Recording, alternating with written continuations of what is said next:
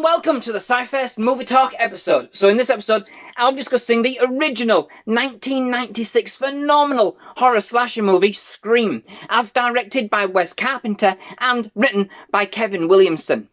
Now, to lay my cards right on the table at the very start, this has to be, without a doubt, pretty much my all-time favourite horror movie. Not only did the movie help to redefine and reinvigorate the horror genre, it also reaffirmed my interest and love for all things horror and helped, along with a few other choice movies, ignite that spark which set forth me as a collector.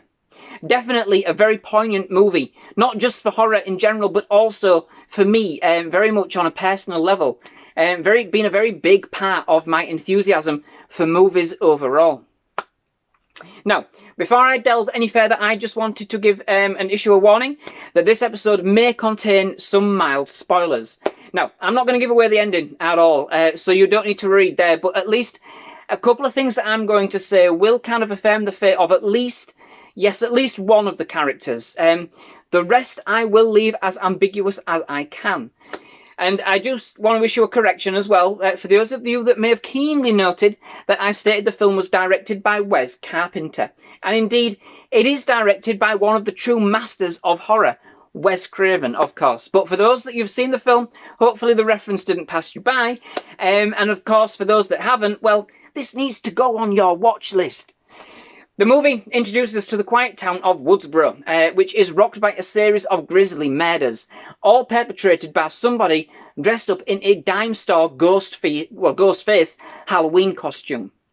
The murders are ruthless and unyielding, and the town is left reeling to kind of cope with the aftermath of such brutal slayings. One group of friends, however, seem to be inexplicably linked to the macabre events transpiring around them.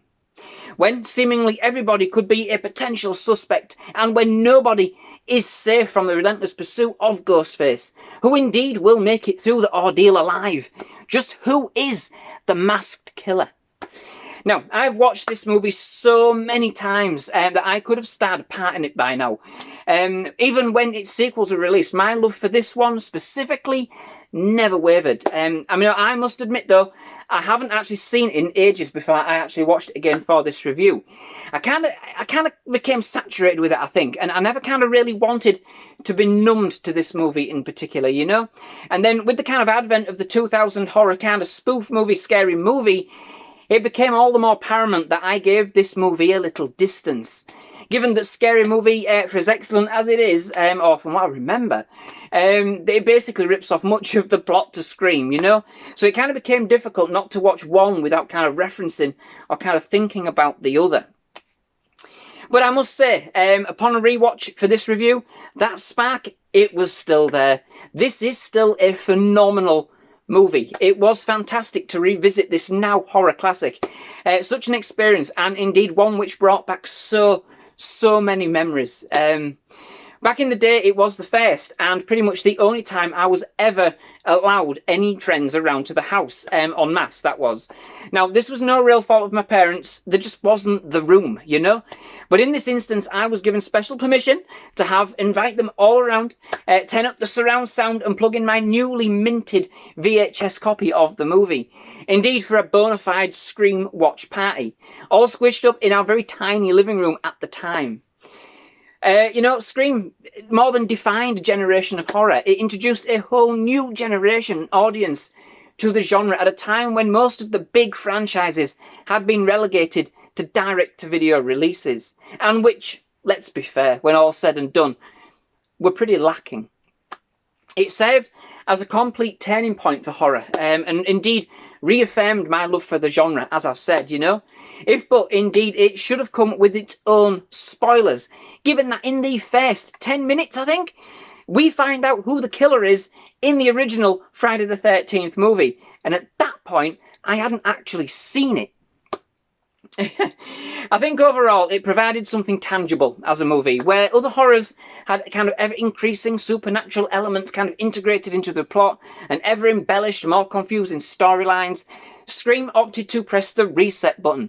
This kept things simple. A person in a mask yielding a knife. No other gimmicks, no super strength or other supernatural claim, just a lunatic in a mask.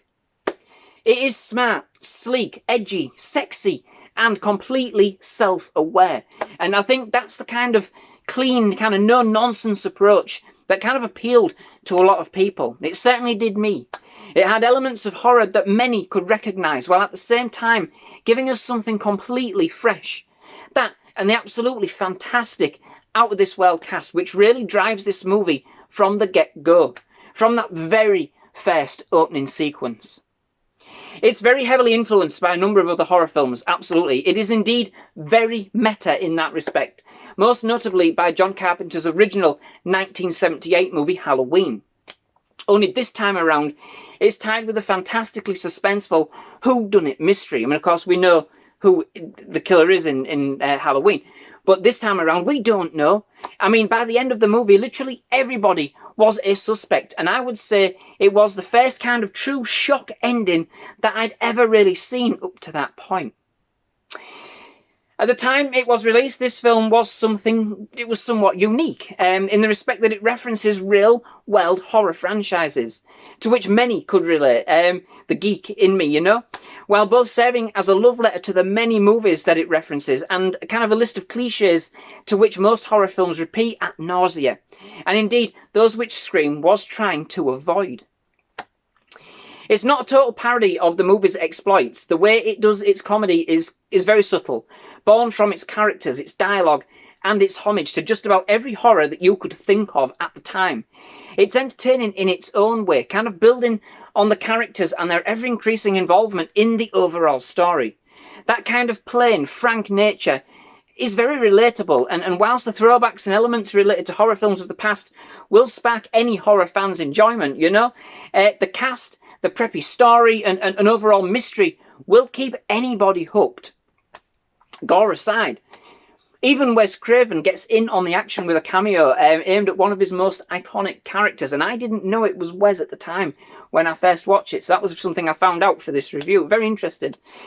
As soon as that opening sequence sets out, I'm hooked, and be warned, here's the minor spoiler, featuring none other than Drew Barrymore, one of the very first to be stalked by the Ghostface killer. This was simply one of the most on the edge of your seat opening sequences I have ever seen. The way that this tension is built throughout the sequence is simply amazing and totally inspired, expertly engineered, and kind of sets the scene for the tone of the entire movie to come.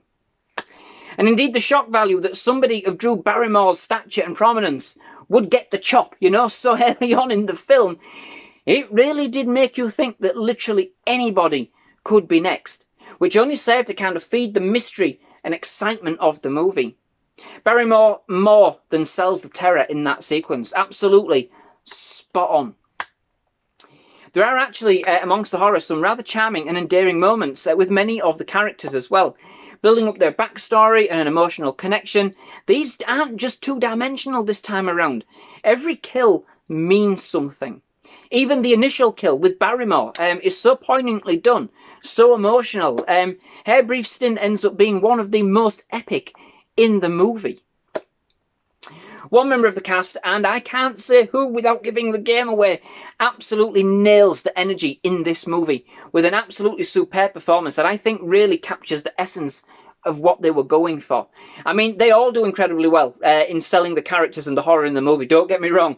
But just for me, this one in particular, the film has an amazing atmosphere, fueled by a simply iconic score by Marco Beltrami, being also one of his very early works in film.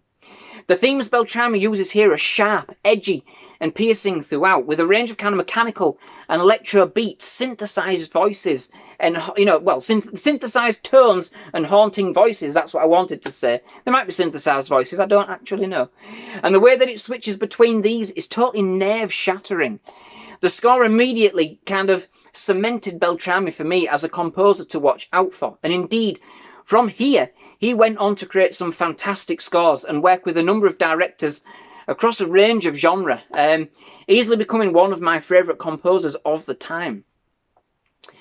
Overall, as I said earlier, Scream is, without a doubt, my all-time favourite horror movie. It set itself worlds apart from what the horror genre had become at the time, with a stylish, edgy and spine-tingling plot where the acting, dialogue, Music, soundtrack, visuals, direction were also fantastically integrated to act as one. It was an experience like no other in the genre at the time. It didn't go over the top with far-out plots or complicated rules. A story indeed based on a real-life massacre, something I didn't know. Again, another thing. I learn a lot when I do these reviews. A straightforward teen story set over the course of 3 terrifying nights, absorbing and cherishing elements from other great horror movies. With every kill, it keeps you guessing. Nobody's safe. Nobody's above suspicion. And the direction cleverly sets this up throughout, leaving you on the edge of your seat for the duration of the movie. It is, of course, one of those films that packs the most punch on a first viewing. Without a doubt, absolutely. Figuring out who you think the killer might be is, of course, half the fun, you know? But for Scream and the other half, it really does come from the fun of catching all of this meta references to other horror films, simply littered throughout the film. And indeed, watching it in retrospect is still fun. Looking out for all those subtle clues cleverly hidden along the way, you know? So, that brings me to the end of this episode. Many thanks for watching. I do hope you've enjoyed it. If you have, please leave a like. Please do hit that subscribe button for more movie reviews, trailer reactions, other movie-related content. Absolutely loved having it at SciFirst Movie Talk. Definitely love to have you back. Most of all, just thank you very much for watching. Goodbye.